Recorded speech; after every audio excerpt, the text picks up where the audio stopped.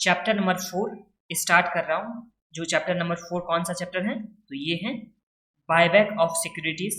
ये राम लोग का buyback of securities and equity shares with differential rights.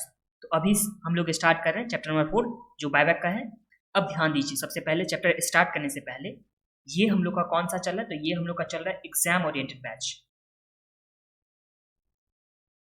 अब एग्जाम ओरिएंटेड बैच क्या हुआ? तो यहाँ पे जो मेन बैच होता है, जो डिटेल बैच होता है, वो नहीं है, उससे थोड़ा कम एक्सप्लेन किया जाएगा। बस आप लोग को जो भी पॉइंट एग्जाम से रिलेटेड इंपॉर्टेंट है वो सारे पॉइंट यहाँ पे टच किया जाएगा।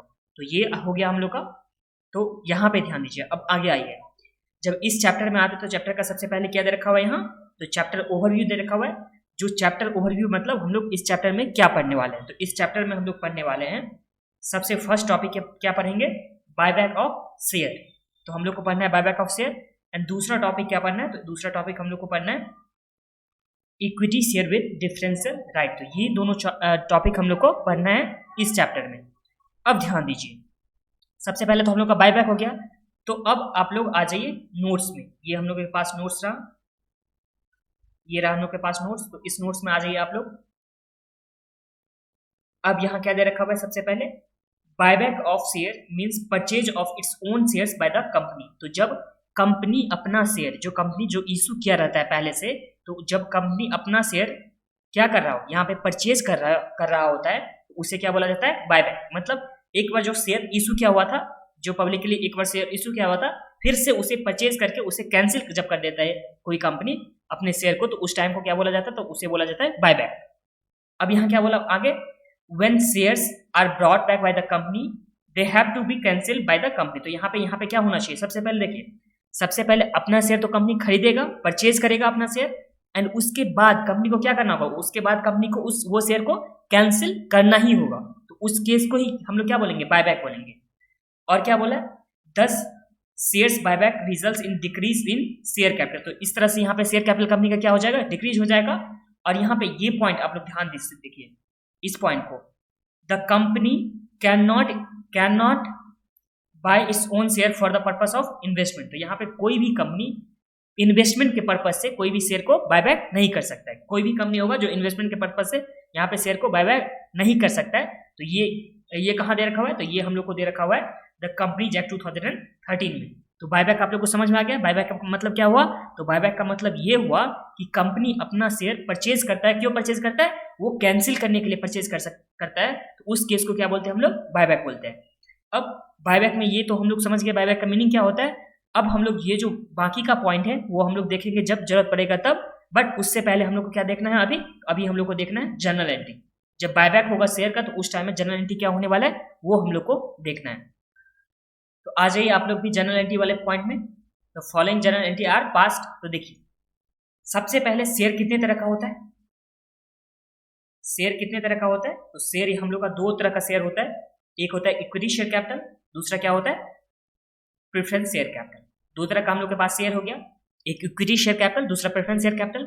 इक्विटी शेयर कैपिटल जो मेनली क्या होता है? कंपनी, किसी भी कंपनी का, किसी भी ऑर्गेनाइजेशन का होता है, ओनर होता है। एंड प्रेफरेंस शेयर कैपिटल उसके बाद वाला ओनर होता है। तो जो फर्स्ट, जो मेन ओनर होता है वो क्या हो गया? Equity share. तो इक्विटी शेयर का क्या होता है यहाँ पे? तो इक्विटी शेयर का जो परचेज करता है कोई कंपनी, एक बार इक्विटी शेयर इशू कर दिया एंड उसके बाद परचेज करता है for the purpose of cancellation of this share, तो उस टाइम को हम लोग क्या बोलते हैं?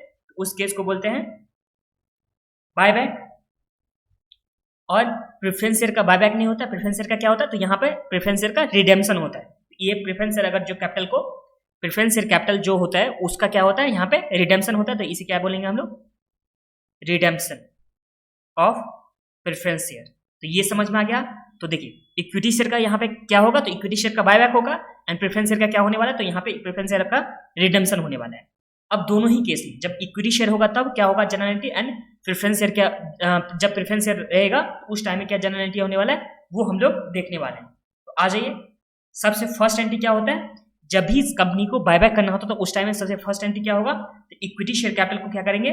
डेबिट करेंगे। अब ध्यान दीजिए, इक्विटी शेयर कैपिटल क्या होता है? तो इक्विटी शेयर कैपिटल किसी भी कंपनी के लिए लायबिलिटी साइड में आता है। तो लायबिलिटी ये होता है, देखिए उससे पहले आप लोग ये एक चीज देखिए, यहाँ पे जब भी एसेट होता है, कोई एसेट हो गया या क्या हो गया? एक्सपेंस हो गया या लॉस हो गया, ये जब भी बढ़ता है तो हम लोग क्या करते हैं, डेबिट करते हैं। तो इसका मतलब क्या हो गया, एसेट, एक्सपेंस और लॉस, ये तीनों चीज का बैलेंस क्या होने वाला है, डेबिट बैलेंस होने वाला है। इसी के अपोजिट में लायबिलिटी, प्रॉफिट, गेन और इनकम, ये जब भी बढ़ेगा तो हम लोग क्या करते हैं, क्रेडिट करते हैं। इसका मतलब ये सबका बैलेंस क्या होता है, तो क्रेडिट बैलेंस होता है। तो लायबिलिटी हो गया, प्रॉफिट हो गया, गेन हो गया और इनकम हो गया, ये सबका बैलेंस हमेशा क्रेडिट होता है। जबकि अदर साइड में एसेट, एक्सपेंस, लॉसेस, इस सबका बैलेंस क्या होने वाला है, डेबिट होने वाला है। तो ध्यान दीजिए, जब भी कंपनी बायबैक करेगा, क्या करेगा, बायबैक करेगा किसी कंपनी, जब भी कंपनी बायबैक करेगा अपने शेयर का, तो उस टाइम में इक्विटी शेयर कैपिटल पहले से था इसके बुक्स ऑफ अकाउंट में, तो उस टाइम में क्या था, इक्विटी शेयर कैपिटल, तो ये लायबिलिटी होता है, ये क्रेडिट था। तो अभी हम लोग को बायबैक करना है, मतलब इसे कैंसिल करना है। तो जब कैंसिल करना होगा इक्विटी शेयर को, तो हम लोग क्या करेंगे, यहाँ डेबिट करेंगे। इसलिए हम लोग डेबिट करते हैं। जो भी लॉसेस होता है, क्या होता है, लॉसेस होता है। लॉसेस तो अभी तो आप लोग देखे हो ना, जो एक्सपेंस हो गया या लॉस हो गया, तो वो जो अगर बढ़ता है तो डेबिट होता है, तो अगर लॉस होगा तो इस केस में क्या होगा, यहाँ पे डेबिट होगा टू इक्विटी शेयर बायबैक। तो ये हम लोग का फर्स्ट एंट्री हो गया।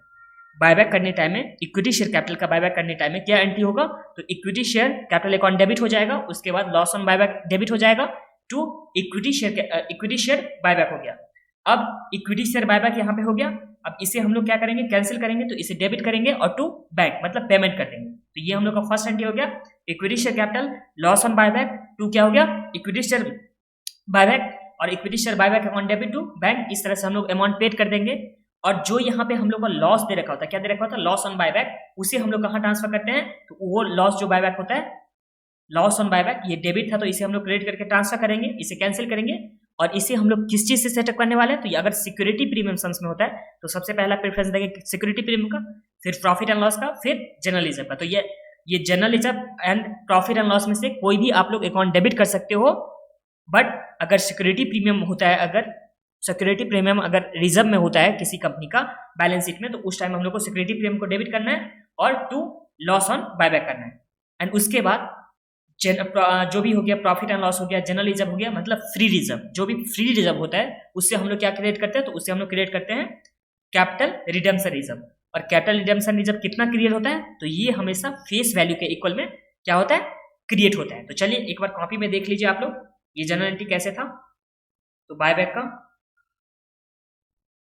सबसे पहला जनरल एंट्री क्या था,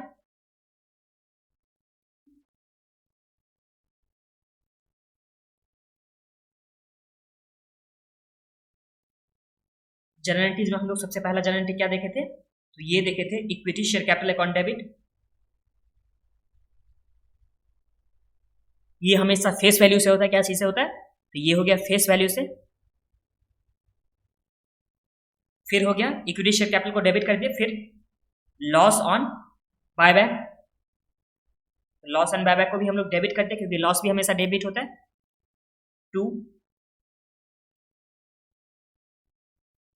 इक्विटी शेयर बायबैक। टू क्या हो गया, इक्विटी शेयर बायबैक, ये हम लोग का फर्स्ट एंट्री हो गया। एंड इसके बाद सेकेंड एंट्री में क्या होगा, तो इक्विटी शेयर बायबैक यहाँ पे क्या था, क्रेडिट था, तो उसे हम लोग डेबिट करके और पेमेंट कर देंगे। तो ये हम लोग का आ जाएगा equity share buyback account debit to bank account. तो इस तरह से हम लोग का आ गया equity share buyback account debit to bank account, ये सेकेंड एंट्री हो गया। उसके बाद थर्ड एंट्री में जब हम लोग चलते हैं, तो ये देखिए लॉस ऑन बायबैक दे रखा हुआ है ना, तो यहाँ पे लॉस ऑन बायबैक क्या हो रहा था, डेबिट हो रहा था, तो इसे हम लोग क्रेडिट करेंगे। तो यहाँ पे क्रेडिट करने से पहले अगर सिक्योरिटी प्रीमियम होता तो सिक्योरिटी प्रीमियम को हम लोग डेबिट करेंगे, अगर सिक्योरिटी प्रीमियम नहीं होता तो प्रॉफिट एंड लॉस को, ये भी नहीं होता तो जनरल रिजर्व को। तो इस तरह से ये सब हम लोग जो भी रिजर्व होगा उससे हम लोग डेबिट करेंगे। एंड टू क्या करने वाले हैं, तो टू जो लॉस ऑन बायबैक दे रखा हुआ है, लॉस ऑन बायबैक, ये हम लोग का थर्ड एंट्री हो गया।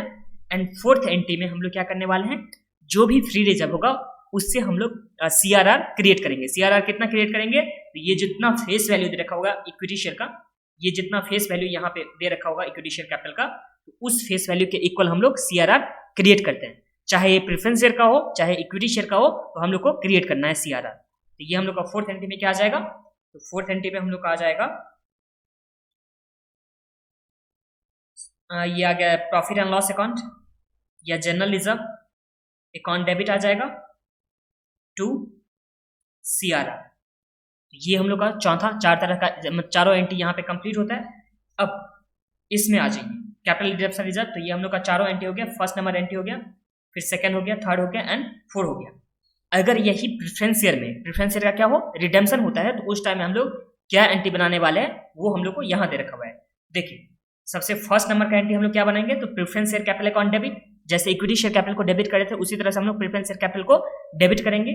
फिर यहाँ क्या था, सेकेंड एंट्री में, इस एंट्री में क्या दे रखा था, यहाँ दे रखा था लॉस ऑन बायबैक, तो इसे हम लोग लिखेंगे प्रीमियम ऑन रिडेम्पशन। क्या लिखेंगे हम लोग, premium on redemption to preference share redemption. फिर प्रेफरेंस शेयर रिडेम्पशन को हम लोग डेबिट करके फिर पेमेंट कर देंगे, तो ये हम लोग का सेकेंड एंट्री हो गया। फिर थर्ड एंट्री में हम लोग क्या करेंगे, ये जो हम लोग का प्रीमियम ऑन रिडेम्पशन दे रखा हुआ था उसे हम लोग क्या करेंगे, क्रेडिट करके उसे कैंसिल कर देंगे।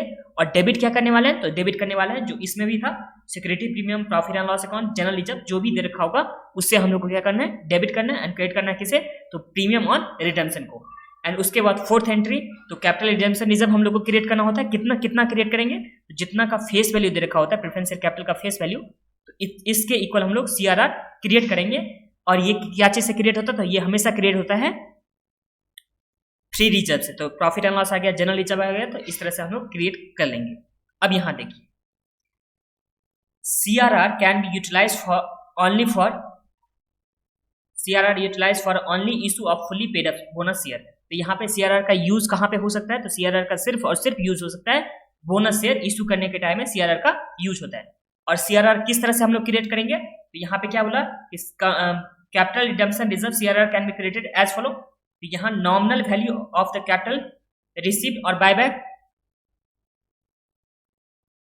Nominal value of the capital redeem, और क्या लिखेंगे, बायबैक, और लेस, अगर यहाँ पे बायबैक के पर्पस के लिए क्या चीज के, for the purpose of buyback, buyback करने के पर्पस से अगर इशू किया जा रहा हो, क्या चीज इशू किया जा रहा हो, अगर शेयर इशू किया जा रहा हो, फ्रेश शेयर इशू किया जा रहा हो, कब, बायबैक करने के पर्पस से, तो वो क्या हो जाता है, यहाँ पे लेस हो जाता है। इस तरह से यहाँ पे CRR क्रिएट हो जाएगा। तो देखिए एक बार इसे फिर से देखिए, सबसे पहले बायबैक हम लोग फेस वैल्यू कितने का कर रहे हैं, 400 लाख का हम लोग बायबैक कर रहे हैं।